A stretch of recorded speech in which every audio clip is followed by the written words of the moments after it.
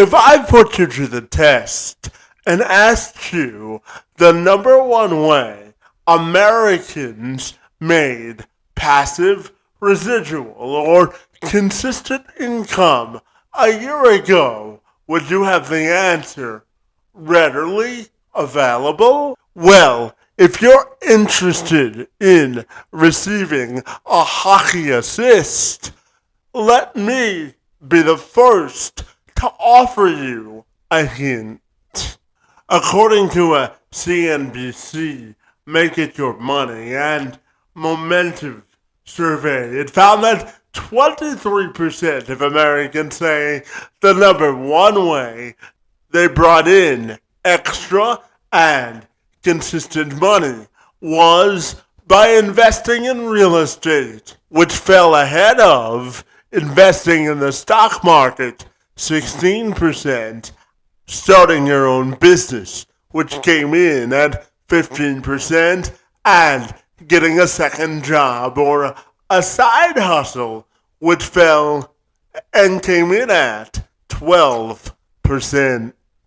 Michael Keiter has spent more than 3 decades in the field of real estate as a coach, real estate agent, and investor. His primary objective is to help cultivate real estate agents and investors to get started as an agent, increase their business as an agent by building a team, and Keiter takes the same approach to the field of real estate investing. He helps investors make smart decisions and gives them the tools to have a sustainable and forecastable future in this business. Keiter says the real estate crash of 2008 inspired the need for closing the gap when it came to profitable and usable real estate education.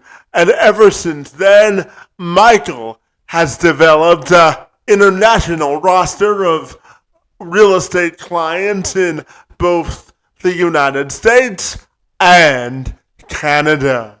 And Keiter joined me this week to give me the inside scoop on what makes a great real estate investor and agent and how we can all turn real estate into a career and life passion if we wish.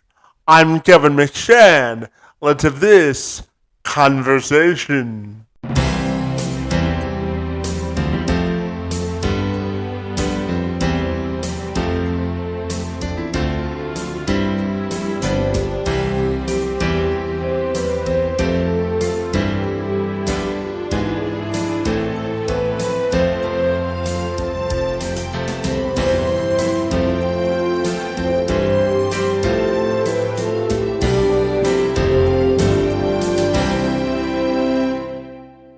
Fantastic. So, Mike, if you're ready, I'll take a moment to welcome you to the program, my friend. And I'm super excited to talk to you all about real estate this afternoon, my friend. Great to see you, and happy Friday to you.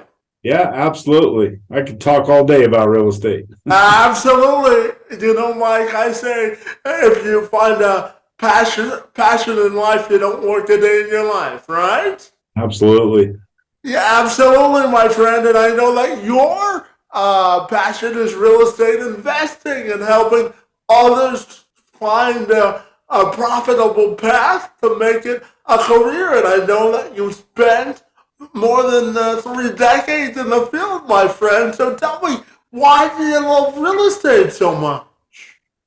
Well, the whole reason I got into it is because I was looking for residual income, and I wanted to get out of the 9-to-5 grind even in my early 20s, more so because of not real estate. It was my passion for racing cars, and I knew I couldn't travel racing cars if I didn't have an income, and so that's how I fell into real estate. Yeah, absolutely. And Mike, tell me about why you think real estate investing is a great way to make residual, passive, and consistent income, my friend. Well, everybody needs food, clothing, and shelter. And so, it's those are always the top three areas. And so when I looked at those areas, I said, everybody needs a roof over their head. And so it's like, how do I get started? Because when I got started, I had no money, I had no credit, just like most people. And so I had to learn how to be creative, and had to learn how to go for it. We didn't have the internet back then. And so you really had to pound the streets much differently than you do today. And when it comes to real estate investing, Mike, tell me, why do you think it's becoming a more popular medium for so many people? Well, I think you have to look at the end result. What is the purpose for generating, or real estate? Is it active income? Is it residual income? Is it retirements? It's different for each individual. And so you have to start with the end in mind. Why is it you're doing this? Because there's pluses and minuses to owning certain types of real estate. Yeah, and tell me about making good investment decisions. My friend, what goes into it from a real estate perspective when we talk about making great real estate investment decisions? Well, return on investment of money and return on investment of time. As I said, when I started, I had no money. So, I had to really get creative on how do you buy property, no money down. A lot of people will tell you can't buy property, no money down. No, that's not true. There is money coming from somewhere, it just may not be out of my pocket. And so it could be a partner, it could be from the seller. And so you're looking for return on investment and return on your time, because the time, we all have the same hours in a day. And how much time are you willing to put into this, especially if you're starting out on a part-time basis and working another career? Yeah, and Mike, just out of personal curiosity, I'm also curious to ask you about whether you think real estate is becoming too expensive for the average person, and if you really think that the average person is sort of priced out of today's real estate market with the price of real estate today. Well, I don't know that they're priced out of it. I think they're priced out of it for where they want to live. If you go to, let's say, a resort community and you want to be, a ski instructor, you probably can't afford that, because it's tough to have work on that kind of wage and live in that kind of resort community, because the land is locked, and they can't. It's hard to build out, so they have to build up, which is more expensive in some cases. And so you have to look at where is it you want to live. There's lots of affordable places, it just may not be in the area you want to live. It provides you incentive to keep working towards it, right? Absolutely. The way I've always looked at it is it's the same talk, it's the same interest, it's just a couple more zeros. Whether you're talking 100,000 or whether you're talking 1,000,000, the conversations are the same, and it's all relative to, of course, to your income, but the processes are pretty much the same. Yeah, and Mike, I know one of your passions is coaching real estate agents and investors. So, and I know you've coached people from the United States and Canada, where I'm calling in from today. So tell me about the process of coaching and what you really get out of it, because I know it's a real passion for you.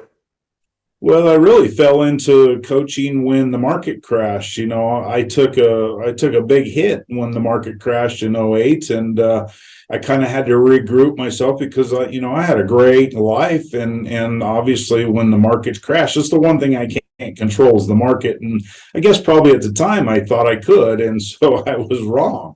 And so I fell into the coaching area of it. It was, actually Tiger Woods is who got me into it. And that's a whole nother story. Yet he was the reason I got into coaching, because I saw that he had the top tier coaches in the sports channels of what he was doing. And I'm like, how do I bring that to the business world for agents and investors And that's how I really started to take off with it. And I've been doing that 20 of my 33 years. I started out as an agent, like most people. I started out really as an investor, and then I got my license along the way. And so I've kind of been back and forth in both those areas for many years. Yeah, and tell me, Mike, what fascinates you about working with a whole swath of different people? What have you learned about the sort of the operations of, or the people operations of how people interact when it comes to both personally and professionally? So, what fascinates you with when it comes to working with all types of people? Well, the biggest thing is the people. I'm in the problem solving business. It really has nothing to do with real estate. Real estate is a byproduct of what I do. It's helping people solve problems. And in this case, it involves real estate. And so it's solving people's problems. And I like to fix things. I mean, I grew up around race cars and I like to work on race cars. And so in business, I like to fix things, and I get paid well for it, because I help people solve problems. I said for years, don't call me a real estate agent, don't call me a real estate investor, call me a real estate problem solver, because that's what it is that I do, and people are looking for help. Yeah, and Mike, I know you help people build real estate teams. So tell me, in business, what's the key to building a great team? Personalities. You have to have the right person. A lot of times when people build teams, they hire somebody in the 11th hour when they're desperate, and they bring in the wrong person, and then they say, well, that just didn't work out. Well, it's because your process, I believe in systems, processes and systems. Every great corporation in America has a system and a process.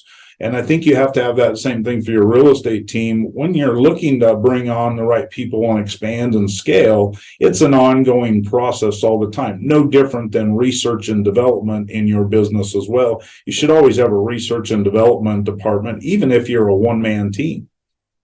It may be because you don't have all the answers, right? Nobody has all the answers. I don't even have all the answers. I always said, if I don't have the answer, I'll go find somebody who does. That's why networking is so important. Yeah, and Mike, what do you think is the key to networking and building strong relationships? Well, getting out and talk to people. A lot of people are introverts or extroverts, and we study the DISC profile really big in real estate. And most people that are involved in real estate are high D's, which are direct and to the point, or high I's. They want to see everybody having a good time. S and C personalities are generally not like that. They don't like to get out in the public. They're afraid of public speaking and things like that. And so you have to understand who it is you're dealing with, because ultimately, when it comes to customer service or helping somebody, it's not about me. It's how can I help that person? And so I have to match their personality to truly understand what is their level of thinking, because a problem can't be solved at the same level in which it was created. Yeah, and Mike, my friend, was born with what's called spastic quadriplegia cerebral palsy. Simply means that I don't have enough oxygen in my legs to walk normally, and I work with businesses all the time to amplify a more inclusive culture. So when you think about inclusion in the workforce, I'm curious to get your thoughts on how we can better define the word inclusion so that other people of all abilities have an equal shot at equal work. Well, I think it starts with an open mind. You have to. When I used to do a lot of public speaking, I was always taught, I wanted everybody in the room to like me, but we're human nature is to judge people, and I learned, everybody in the room, I wanted them to like me, but I learned that that's not how it works. I learned a third of the people in the room thought I was great. Third of the people, they didn't like me for whatever reason. It could have been the way I dressed or my voice. And then a third of the people, they're just not sure about my product or service, and that's what they're there to figure out. but have an open mind when you go into any situation. And that's what I sometimes I have to pull myself back and say, okay, Mike, keep an open mind when you're looking at this situation. Look at it from their point of view and what they're trying to accomplish so that it's win-win for everybody, especially when it comes to investing in real estate. Yeah, absolutely, my friend. And tell me, how do changing market conditions in real estate affect investing? Because I know it's something that every real estate investor should be cognizant of. Would you agree with that? Yeah, so my philosophy has always been this, because I get this question asked to me a lot. What do you think the market's going to do? And my answer is, who cares? And the reason I say that, not to be arrogant, but I can't control the market. And in my mind, it doesn't matter what's going on out there in the world. It's what's going on right here between my two ears. If I don't keep it together here, then things are going to fall apart. I see people in great markets fall apart, and I see people in down markets make a lot of money. And so it doesn't matter what the market's going to do what the market's going to do. We don't have the money or the power to be able to control that. Not one person does. We can as a group, but that's still even tough to do. Yeah, absolutely. And Mike, I was so excited to talk to you because you seem to be an energetic guy who loves life. So tell me, where does your energy and enthusiasm for life come from? I've always been a self-starter. It's I used to get uptight about what I couldn't control, and so now I focus on the things I can control. And if things go wrong, they're going to go wrong, and it's too late. You can correct it or maybe fix it, but just getting all worked up about what had already happened, you can't do it. And I learned that from the mentors that I've always hung around older mentors in my life. And they were a big change in the way I looked at things, because I would stress out like crazy. And I learned that, I'd watch some of my mentors lose millions of dollars in a day, and I'd be like, wow. And it was like no big deal to them. They're like, well, we'll go get it back, or we'll make some changes to make up for that. And so who you hang around is so important to keep that mindset sharp all the time and keep the right attitude. Yeah, absolutely. And Mike, what sort of qualities do you think make a great real estate investor or a real estate agent? What sort of qualities do those types of people possess, in your opinion? Well, this can be a lonely business and a stressful business, and so you have to be a self-starter. I always compare it to going to the gym. Some people got to go to the gym because they need people around them pushing them, and then other people can work out at home on their own equipment and do just fine because they're self-starters. And there's no right or wrong in that. You just got to figure out, what is your style. Do you need to be around a group of people all the time, or do you like to work alone because you get more done and don't feel like you're wasting time, on other things? And so you just got to figure out what your style is. And the biggest thing I see when it comes to coaching that people lack is accountability, because no one is holding them accountable for their actions. And how do you define accountability? What does that mean to you? Well, I let the client define it. How do you want me to hold you accountable? Usually I look for a pain point. So, for example, a real estate agent, if they don't hit their goals and they don't want to work weekends and they got children, I'll make sure they work weekends so they can't spend it with their kids, because it's not about the real estate deal. It's about, now I got to miss Saturday and I was supposed to be at my son's ball game and I'm not. That's where the true pain and accountability comes in. I let them dictate it. I never tell them what I think they should use as accountability. I look for what they have inside of them. And then once they dictate that to me, now I say, okay, remember, you asked me to hold you accountable with this, payoff and reward. And that's how we usually come to those agreements. Yeah, and Mike, in the few minutes I have left with you, I'm curious to ask you if you could go back and tell yourself one lesson from yourself 10 years ago, and something you know now that you didn't know back then, what would you tell yourself and why? Slow down. It's don't be in a hurry. When I really started to hit my, my peak in real estate, I built it too big, too fast, and it almost was a house of cards, because I didn't have the right people in place, and I didn't slow down. I wanted to jump on every opportunity I could. And because I had so much coming at me at once, and so markets will change that. Real estate agents right now are seeing that when markets are downturning right now, they're not going down, but they're flattening out, and they were so used to having deals fall in their lap, they're freaking out right now, and they don't know what to do. And so you just got to slow down and look at the numbers. Here's what I believe about numbers: people lie, numbers don't.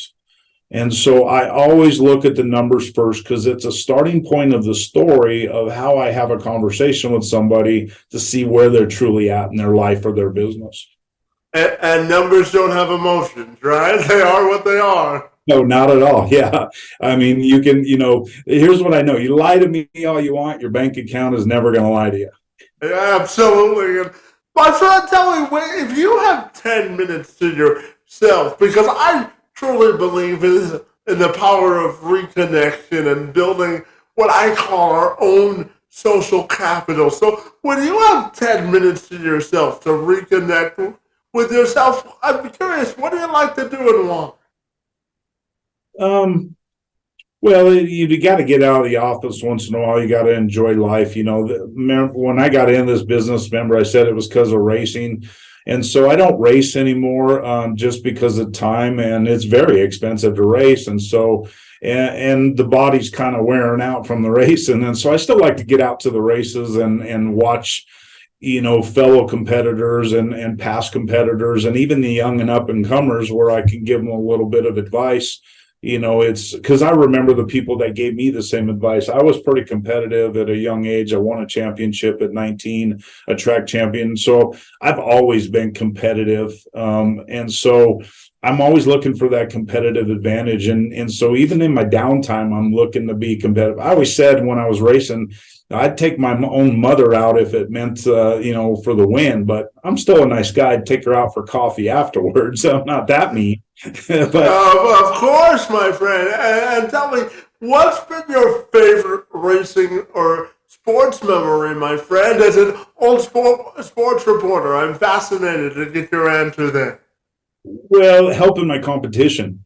So one of the things that I always had an agreement with, people would, not everybody would ask me for help, but the people that did ask me for help, I'd say, here, I'll help you. I'm not going to charge you, but I'll help you on one condition. And they say, what's that? And I'd say, the day you beat me, you have to share with me what it was you did, because you don't need my help anymore.